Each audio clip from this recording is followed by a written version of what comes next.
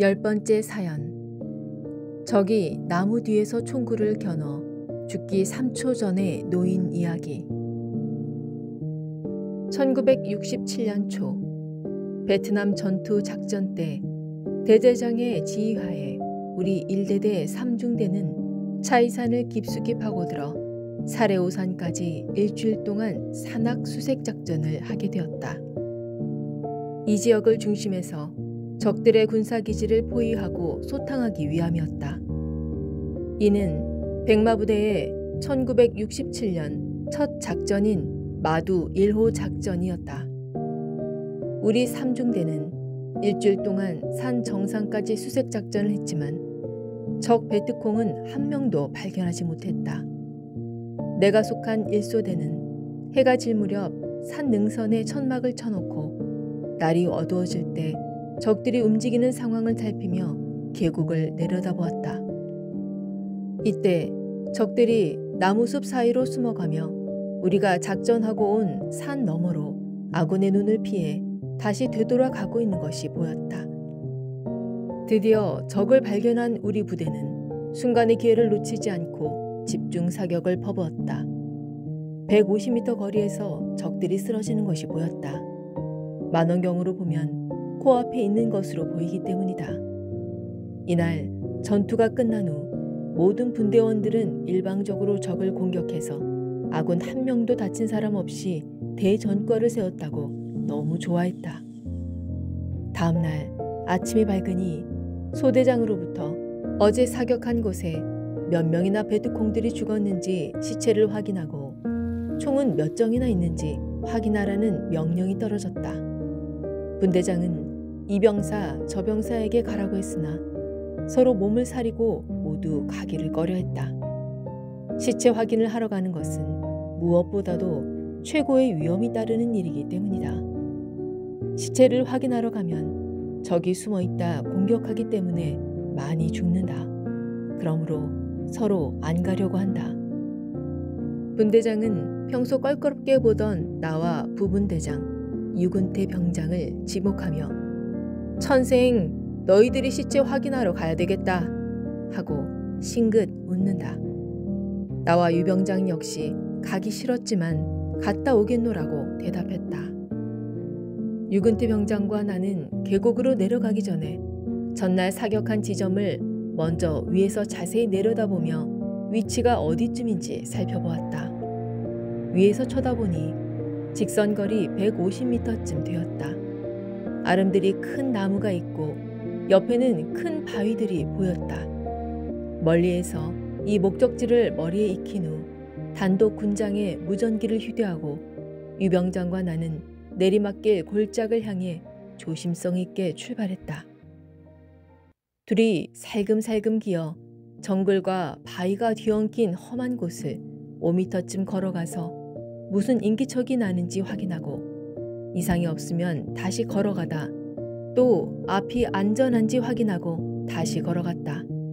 이를 수십 번 반복하며 초긴장 속에서 목표 지점을 향해 내려갔다. 이렇게 1시간 가까이 땀으로 목욕을 하며 내려갔을 때 목적지까지 어느 정도 온 것 같았다. 화약 냄새가 풍기는 것을 보니 거의 온 것 같은 느낌이었다. 우리는 사방을 기웃거리며 적들의 시체가 있는지 찾아보았으나 아무런 흔적도 없었다.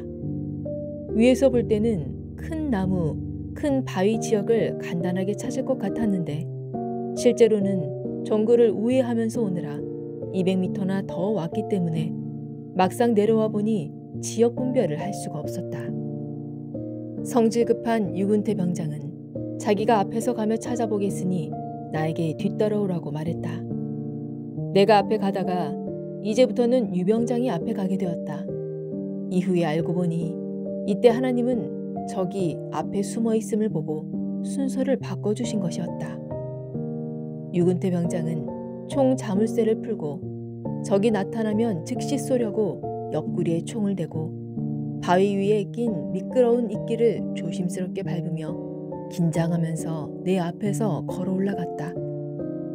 나도 긴장하고 사방을 살피며 사주 경계를 했다. 앞에 간 유병장이 먼저 가서 안전하다고 신호를 보내면 내가 올라가려고 앞만 쳐다보고 있었다. 유병장이 살금살금 경사진 곳을 올라갔다. 바위 위로 조금 올라가다가 뒤를 돌아보며 나에게 손짓했다. 이 근방 갔다고 하며 가던 앞쪽을 두리번거리고 쳐다보는 것이 보였다. 나도 앉아있는데 화약 냄새가 수시로 많이 풍겼다.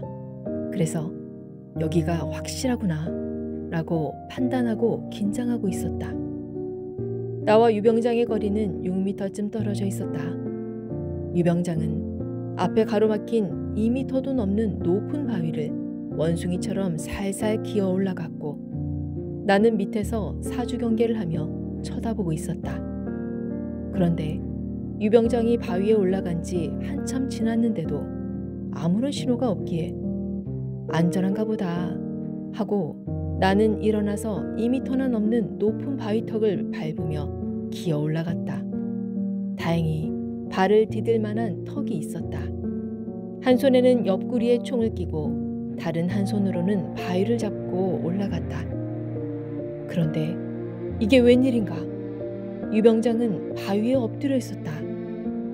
앞으로 꼬꾸라진 자세로 총과 철모까지 바닥에 떨어뜨린 채 엎드려 있었다. 나는 당황하여 옆구리에 총 자세로 일어서서 무슨 일인지 사방을 둘러보며 살폈다. 3m 앞에 한아름 반이나 되는 큰 나무가 서 있는데 자세히 보니 그 나무 옆으로 적의 얼굴 반쪽이 보이며 총을 내게 겨누고 있는 것이었다. 그때 그의 눈과 내 눈이 마주쳤다. 그 눈에는 살기가 서려 있었고 나를 쏘기 위해 매서운 눈으로 총을 겨누고 있었다. 그 순간 나는 온몸이 굳으며 앞이 캄캄해지고 현기증이 났다. 눈도 흐려지고 정신도 흐려졌다. 다시 눈을 크게 뜨고 쳐다보니 총구를 내게 겨누고 있는 자는 적이 틀림없었다. 나는 한 손에 총을 들고 있기는 했지만 총을 어깨로 올릴 힘도 없고 조준할 정신도 없었다. 적은 큰 나무 뒤에 숨어 있었기 때문에 한쪽 얼굴과 한쪽 무릎만 보였다. 나보다 앞에 갔던 유병장은 이 적을 보고 정신을 잃고 쓰러진 것이 분명했다. 아, 나도 그 순간 정신이 오락가락했다. 쓰러질 것만 같았다. 내 앞에 적은 내가 정신 못 차리고 장승처럼 멍하니 서 있는 것을 보고 몸과 얼굴을 옆으로 더 내보이며 정확히 내게 총을 쏘려고 내가 있는 쪽으로 총구를 더 들이대며 조준하고 있었다. 그는 우리가 전날 해질 무렵 총을 마구 쐈던 사람인 줄 알고 보복하기 위해 나무 뒤에 숨어서 죽음을 피해 계획적으로 기다리고 있었던 것이다. 이 순간 적이 총을 빵 하고 쏘는 듯했다. 이때 나는 소리도 못 지르고 이 바위에서 죽는구나. 이 바위에서 죽기 위해 22년 동안이나 몸부림을 치면서 인생의 갖은 고통을 당하면서 살아왔구나. 인생이 허무하다. 전쟁터의 목숨은 일순간이로구나. 이런 날이 올 줄이야 하고 생각했다. 이때 나에게 신의 음성이 들려왔다. 배가 가면 어디까지 가겠느냐 하고 묻기에 나는 물 끝까지밖에 갈 수가 없습니다 라고 대답했다. 이어서 절길을 떠난 열차가 어디까지 가겠느냐 라는 영음이 또 들려와서 레일 끝까지밖에 갈 수 없습니다 했다. 내 대답이 끝나자 이와 같이 너도 생명의 종착역에 왔노라. 내 생명이 다했노라 하는 음성이 마음으로 들렸다. 이 죽음은 피할 수도 없고 1분도 연장할 수 없는 자리였다. 어머니를 부를 경황도 없고 아버지를 부를 경황도 없는 순간이었다. 이 순간 죽기 3초 전에 누가 나를 구원할 자 있으랴. 사랑하는 부모가 이 상황을 안다 할지라도 어떻게 구할 수 있으랴. 만일 사랑하는 애인이 이 상황을 안다 해도 구할 수가 있으랴. 한 나라의 왕이 이 상황을 안다고 살려줄 수가 있으랴. 또 위에 있는 전우들이 쳐다보면 나와 유병장도 보이고 적도 보이는 거리에 있었지만 애간장타는 이 심정을 알고 당장 내려와 살려줄 수 있으랴. 아, 세상에 믿을 사람이 누가 있으랴 하고 생각했다. 그래서 하나님과 예수님을 부르며 전지전능하시고 무소부재하신 자 외에는 나를 구할 자가 없습니다. 나 좀 살려주세요 라고 했다. 적은 자기 몸을 나무 뒤에서 옆으로 더 돌리며 총구를 나의 가슴팍에 바짝 겨누고 있었다. 눈이 불꽃처럼 빛났고 그 무서운 모습에 나는 질려버렸다. 그때 모든 것을 체념하고 눈을 감고 운명을 하늘에 맡기며 마음속으로 계속 하나님을 불렀다. 그 순간 하늘에서 음성이 들려왔다. 크고 웅장한 산을 흔드는 음성이었다. 사랑하라. 분명 하나님의 음성이었다. 사랑스럽고도 웅장한 신만이 내는 음성이었다. 그 음성은 지구상 어느 누구나 다 들을 수 있을 만큼 산이 흔들리고 울리도록 웅장한 소리였다. 또 그 음성은 세상 그 어느 곳에서도 들어보지 못했던 음성이었고 인간으로서는 흉내도 낼 수 없는 음성이었다. 나는 그 음성을 듣고 즉시 굳은 입이 풀렸다. 마음속으로 이렇게 대답을 했다. 내가 적을 사랑하려고 가면 죽는데요. 내가 조금만 움직여도 적은 더 빨리 쏠 것만 같았다. 내가 총을 들고 있었는데도 총이 있는지 없는지 의식을 잃어 잘 보이지도 않았다. 나는 머뭇거리며 혼이 나간 채 멍하니 서 있기만 했다. 두 번째 음성이 급하게 들렸다. 사랑하라. 하나님, 적한테 가면 죽는데요? 하고 또 말했더니 그 후로는 아무 소리도 들리지 않았다. 적이 금방이라도 총을 쏠 것 같은 예감이 들었다. 가만히 있어도 죽고 가도 죽을 바에야 하늘의 음성대로 하겠다고 하며 적을 사랑하러 가기 위해 1000근이나 되는 무거운 첫 발을 떼었을 때 마음이 뜨거워지며 내 굳은 몸이 완전히 풀려 초인 같은 힘이 솟았다. 나는 두 눈으로 적의 눈과 1mm도 어긋나지 않게 적을 쳐다보며 두 번째 발자국을 떼었다. 적은 내가 걸어가는 모습을 총의 가늠 구멍으로 똑바로 쳐다만 보고 있었다. 하늘의 음성을 듣고 정말 죽으면 죽으리라 각오하고 가는 발걸음이었다. 그러자 그 순간 적이 내 여동생으로 보였다. 깜짝 놀라 총을 집어던지고 영자야, 네가 왜 여기 왔어? 하며 내 여동생 이름을 부르며 달려들었다. 그의 어깨를 잡고 흔들면서 어찌 여기 왔느냐고 하며 얼마간 흐느껴 울다 보니 내 앞에 있는 사람은 아까 본 적이었다. 하나님은 내가 안 가고 머뭇거리니 성령과 함께 감동시켜 내가 적에게 가도록 그가 내 여동생으로 보이게 능력을 부리신 것이었다. 나는 적 베트콩을 껴안고 울음을 터뜨리며 너는 나에게 아무런 해도 주지 않았는데 왜 나는 너를 죽여야 하고 나는 너에게 아무런 해도 주지 않았는데 왜 너는 나를 죽여야 하느냐 라고 말했다. 그도 그렇게 생각한다는 듯이 나를 껴안고 엉엉 울어댔다. 그 순간 평소에 알아들을 수 없었던 베트남 말을 알아듣게 되었다. 그도 내 말을 알아듣고 있었으니 정말 표적이 일어난 것이다. 베트콩과 나는 서로 겨누던 총을 집어던진 채 이렇게 40분 동안이나 서로를 붙들고 너와 내가 왜 서로를 죽여야 하냐 하면서 가슴 뜨겁게 울었다. 그런데 갑자기 적 베트콩은 뭔가 생각났다는 듯이 놀란 표정을 하고 오른손을 급히 자기 엉덩이 밑에 대며 엉덩이를 서서히 들면서 바짝 긴장했다. 내가 뭐냐고 물으며 어깨를 흔드니 내 손을 밀치며 위험하다고 뒤로 물러나라고 했다. 나는 그가 왜 그러는지를 눈치채고 위험한 일이 있으면 내가 한다고 손을 적의 엉덩이 밑으로 넣으니 고개를 좌우로 흔들며 자기가 한다고 했다. 조금 있으니 그는 엉덩이 밑에서 수류탄 하나를 꺼내어주고 있었다. 그 수류탄은 안전핀이 없었다. 알고 보니 적 베트콩은 시체를 확인하러 온 우리를 쏴 죽이고 자기도 자살해 죽으려고 안전핀을 빼놓은 수류탄을 깔고 앉아 있었던 것이다.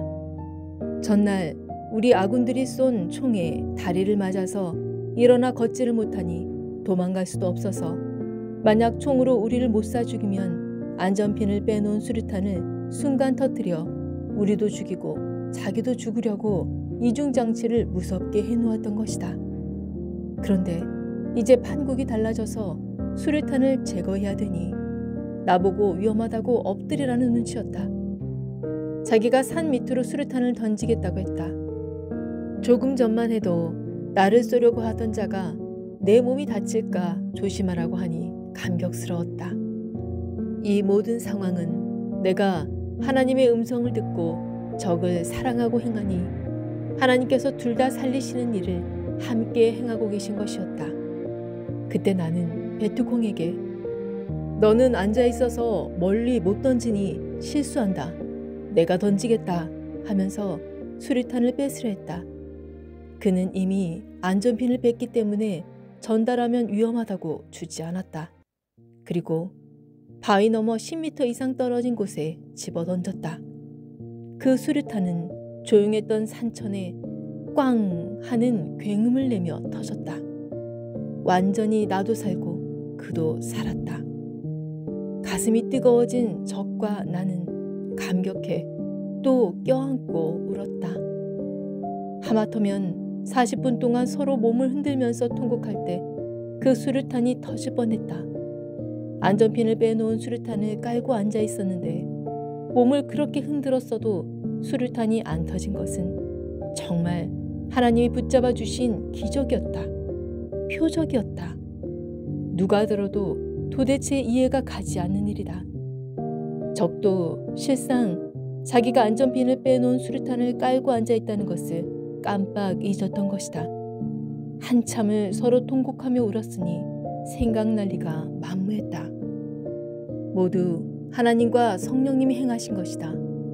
하나님과 성령님이 우리를 살리기 위해 큰 은혜와 능력을 베푸신 것임을 깨닫지 않을 수 없었다. 하나님의 사랑하라는 말씀을 듣고 순종하니 전능자가 그대로 절대 행해 주신 것이다. 보이지 않는 전능자가 행하신 일들은 사실인데도 인간의 머리로는 잘 믿어지지 않는 법이다. 이때 수류탄이 터져 꽝 하고 골짜기가 찢어지는 소리가 나니 바위 위에 기절해서 엎드려 있던 유근태 병장은 그제야 깨어났다. 그리고 위에 있던 우리 분대원들도 무슨 일이냐고 무전을 치며 소리를 질렀다. 내가 소리를 높여 괜찮다고 말하며 모두 속히 내려오라고 했다. 내려와도 안전하다고 소리를 질렀더니 모두 내려오기 시작했다. 적을 보고 놀라 바위 위에서 기절했던 유근태 병장은 깨어나더니 베트콩과 나에게 총을 겨누며 쏘려고 했다. 기절했을 때 잠들었다가 일어났는지 정신이 없었다. 나는 유병장에게 나 정상병이야 라고 고함을 질렀다. 유병장은 일어나자마자 눈앞에 있는 적을 보고 정신이 혼미해 나를 미처 못 본 것 같았다. 조금 전에 적이 자기를 저격하려고 했던 것만 기억하고 순간 총을 쏘려고 했던 것이다. 20발을 장전한 M16 총은 한번 방아쇠를 잡아당기면 누구든지 벌집이 되어버린다. 유병장은 아직도 정신이 들지 않아 총을 어깨에 올리려고 또 폼을 잡았다. 나는 급히 쫓아가 총열을 잡고 총을 빼앗았다. 유병장은 나를 보고 왜 적을 쏘지 않느냐고 고함을 쳤다. 나는 그의 멱살을 잡고 나까지 쏴 죽이려고 하느냐고 화를 내며 정신 차리라고 멱살을 잡고 몇 번 흔들었다. 정말 정신이 없어 모두 적으로만 보고 있었다. 한참 말을 하니 그제야 정신이 나서 얼굴에 화색이 돌았다. 하마터면 유근태 병장에게서도 총을 맞아 큰일 날 뻔했다. 그 후 내가 하나씩 설명해 주었더니 유병장은 놀라며 하나님이 우리를 살렸다고 감격해 울었다. 그리고 적을 잘 데려가서 살려주자고 하였다. 이날은 죽음이 나를 삼키는 날이었다. 적의 총에 맞아 죽을 고비 1번, 수류탄이 터져서 죽을 고비 2번, 정신 못 차린 유병장이 총에 맞아 죽을 고비 3번, 이렇게 한자리에서 3번이나 죽음이 닥쳤다. 이 죽음은 피해갈 수가 없었다. 꼭 죽을 것인데 살아난 날이었다. 전지전능으로 생명을 주관하시는 하나님만이 살리실 수 있다. 그 하나님이 나를 살리셨다. 성령은 나를 불같이 감동시키셨다. 적을 사랑하라는 말씀을 하시고 말씀에 순종하게 하여 나를 살리신 것이다. 이 글을 쓰면서 생각할 때 죽음이 나를 피해갈 수도 없고 내가 죽음을 피해갈 수도 없었다. 오직 전지전능하신 하나님과 성령님께서 모두 살려주셨다. 나를 이 시대에 쓰시고자 살려주신 것이라고 양심에 하나님의 영음이 들려온다. 이때 하나님과 성령님은 나도 총을 못 쏘게 감동과 감화를 주셨고 적도 나에게 총을 못 쏘게 역사하셨다. 그랬으니 그 베뚜콩이 나에게 총을 쏘지 않은 것이다. 하나님과 성령님께서 적과 나 모두에게 능력과 권세로 역사하신 순간이었다. 그리하여 둘 다 살았다. 이런 일을 실제로 자신들이 당했다고 생각해 보아라. 전지전능하신 존재자만이 살릴 수가 있는 것이다. 사랑하면 이같이 산다. 전지전능하신 하나님의 음성, 사랑하라. 그 말이 죽음에서 사는 길이었다. 그 말대로 하니 살게 된 것이다. 하나님이 행하신 이 기적의 역사는 나뿐만 아니라 온 인류가 깨닫고 생명을 사랑하며 살라는 하나님의 말씀대로 살아야 되겠다. 인생은 살아가는 데 있어 이와 같이 서로 사랑해야 죽지 않고 산다는 것이다. 전쟁터에서뿐만 아니라 생활의 터전, 삶의 세계에서도 그러하다 함이다.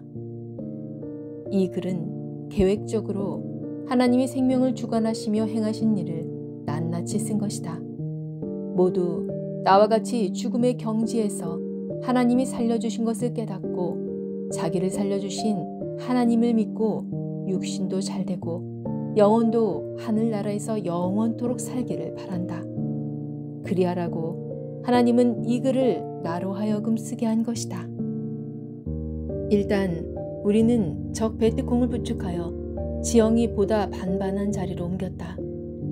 나와 유병장과 베뚜콩은 마주 둘러앉았다. 이제는 총도 집어던지고 몸에 지니고 있었던 탄띠도 끌러 집어던지고 평화롭게 둘러앉았다. 베뚜콩의 손이 목으로 가더니만 무언가를 꺼냈다. 햇빛에 번쩍거리는 금목걸이였다. 목걸이 끝에 대롱거리는 것을 보니 십자가였다. 나는 머리에 찡한 충격을 받으며 가슴이 뭉클했다. 십자가 목걸이를 하고 다니면 기독교인이 아닌가? 나도 기독교인데. 크리스천? 하고 물으니 그렇다고 고개를 끄덕였다.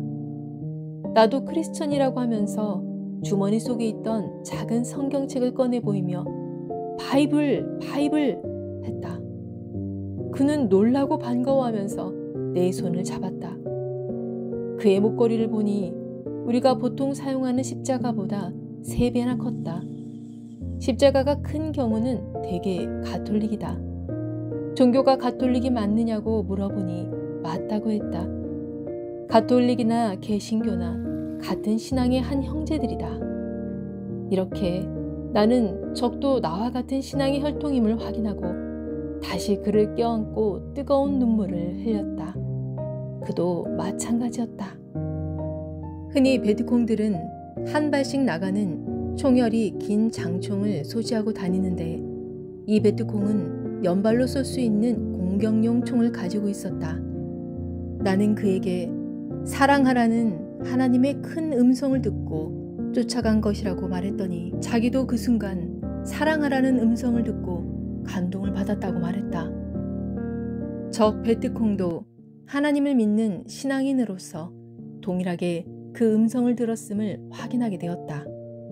평소 같으면 이처럼 어려운 말은 알아들을 수 없었다.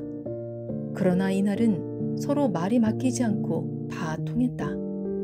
그런 가운데 서로 눈물을 한없이 흘리면서 울었다. 하나님이 함께 하시고 성령님이 감동으로 행하신 자리였다. 결국 지구촌은 하나님을 믿으나 안 믿으나 알고 보면 하나님 안에 한 형제들이다. 그래서 아까 베트콩을 내 여동생으로 보여준 것임을 깨닫게 되었다. 실상 형제들끼리 싸우고 전쟁하고 죽이고 있는 것이었다. 왜 우리는 이렇게 싸워야 하나? 왜 죽여야 하나? 생각할 때 하나님 안에는 미움도 없고 죽임도 없는데 하나님을 벗어나 사니 이같이 된 것이었다. 그래서 예수님께서 원수를 사랑하라, 마음과 뜻과 목숨을 다해서 하나님을 사랑하고 형제를 사랑하라 하고 말씀하신 것임을 더욱 깨닫게 되었다. 하나님은 적을 죽이지 않으면 자기가 죽는 처지에서도 어떻게 하시는지를 보신다. 그 적을 형제로 대하면 하나님도 형제같이 대해주시고 사랑하는 애인으로 대하면 하나님도 애인같이 대해주시며 기적을 일으켜주신다. 사랑만이 죽음을 피하게 했고 하나님의 말씀에 순종할 때 죽음을 피하게 하셨다. 전능하신 하나님의 음성이 곧 생명의 말씀이었다. 하나님은 살아계셔서 말씀도 하시고 생명을 도우며 살리신다.